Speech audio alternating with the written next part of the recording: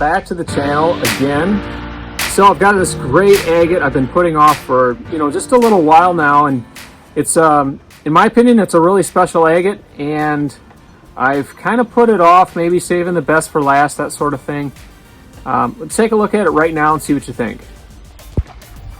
So here's our agate that we're going to work on today, and so what's really unique about this one is it's big for one, and it's got a nice, basically like a nice display that we're going to be able to set this agate down nicely when it's finished. So it'll be a nice desktop piece or display.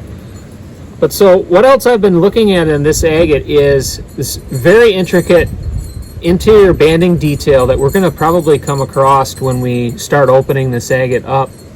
And also I've noticed right here a really interesting part of this agate. Let's see if I can zoom in, and you can kind of see it's got this this agate kind of has a tube that comes through here and out this other side. So curious to see what happens when that opens up. Also, what I've noticed on the back is I don't know, maybe it had a something that came through here as well. I'm not sure, but anyway, I'll zoom back out so we can kind of see the whole thing. And might even be a little greenstone there, a little bit of a nodule. I'll meet you in studio where we're going to open this agate up, hopefully find some great banding detail in it, and hopefully it'll end up being a great display piece when we're done. Apron on, keeps all that rock dust off me. And I've got the agate right here on the saw. So we're agate right here in front of me. So I'm just going to give you the basic idea of what I'm going to try to accomplish on the saw. I'm going to try to cut this face off nice and flat right here. And then also this face right here, nice and flat. So, I don't know, kind of like that. That way I can just, it speeds things up on the grinding wheels a little bit, and it just makes it a little bit quicker to achieve that polished surface.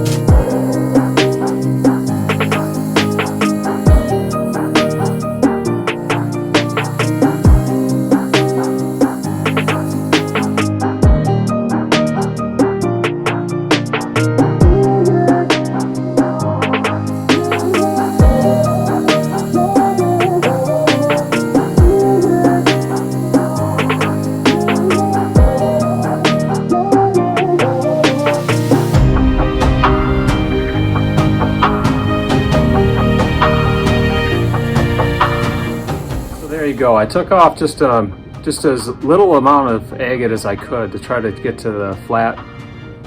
I still might not quite be there, but I think it's close enough that I can put it on my 80 grit grinder now and get that right down to flat. So let's give it a shot.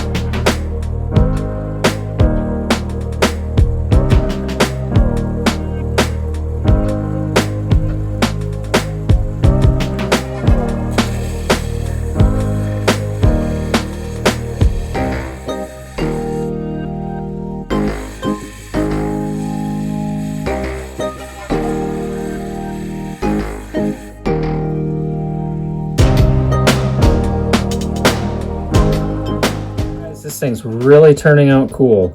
It's got some just a really nice white band around this whole thing. It's and then also it's got like a little bit of a surprise agate right there in that corner, so that's pretty neat. This whole thing is going to really turn out nice and polish up brilliant. Really excited about it, and it's just going to turn out to be an awesome display.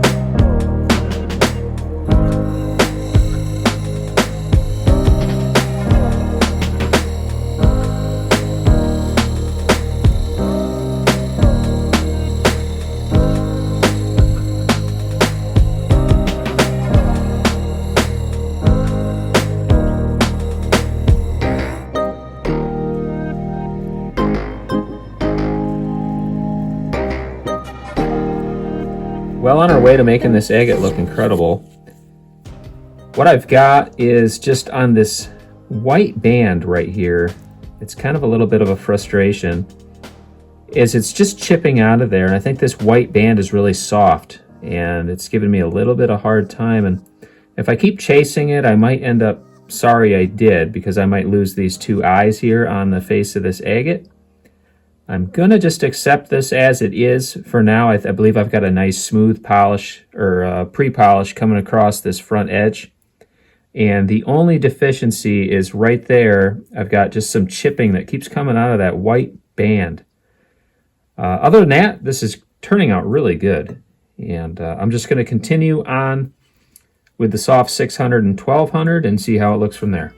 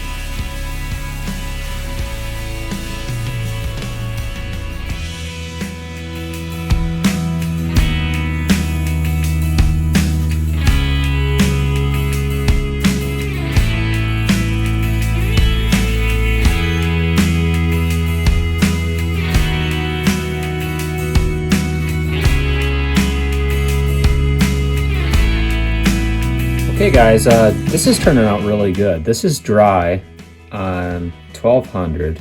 Now it's got a little water on it yet.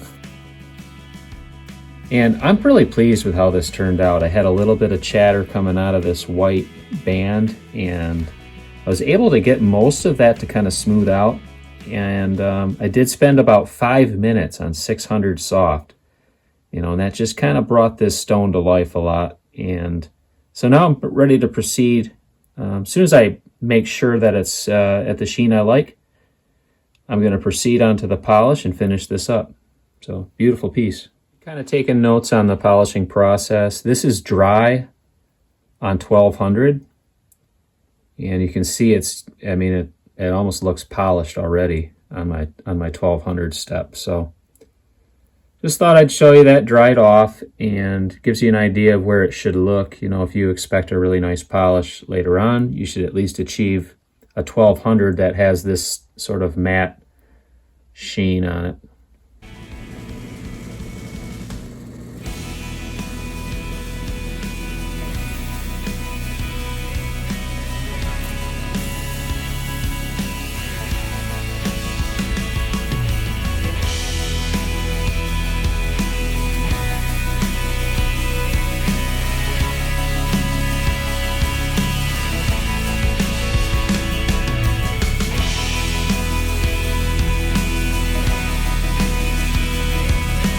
Out really good.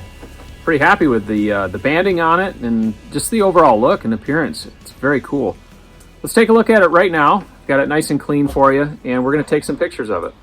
So this agate is just thoroughly dried, and what you're seeing is the actual polish on it, which I believe is really good. I did have a little bit of chatter mark in this this part right here, this white band that went around the bottom edge of this. And I mean, if I roll this just right, you can kind of see it. But I believe I did a really good job of getting that as flat as possible, given how it's kind of chippy and it wanted to kind of break out of there. But this egg is just amazing. These two eyes in it really kind of set it off. And on the bottom of it, I did flatten this edge, so it does display pretty well. Slow this down, you can kind of see. So that's kind of how it sits. So what a great agate with some unique banding and very intricate detail.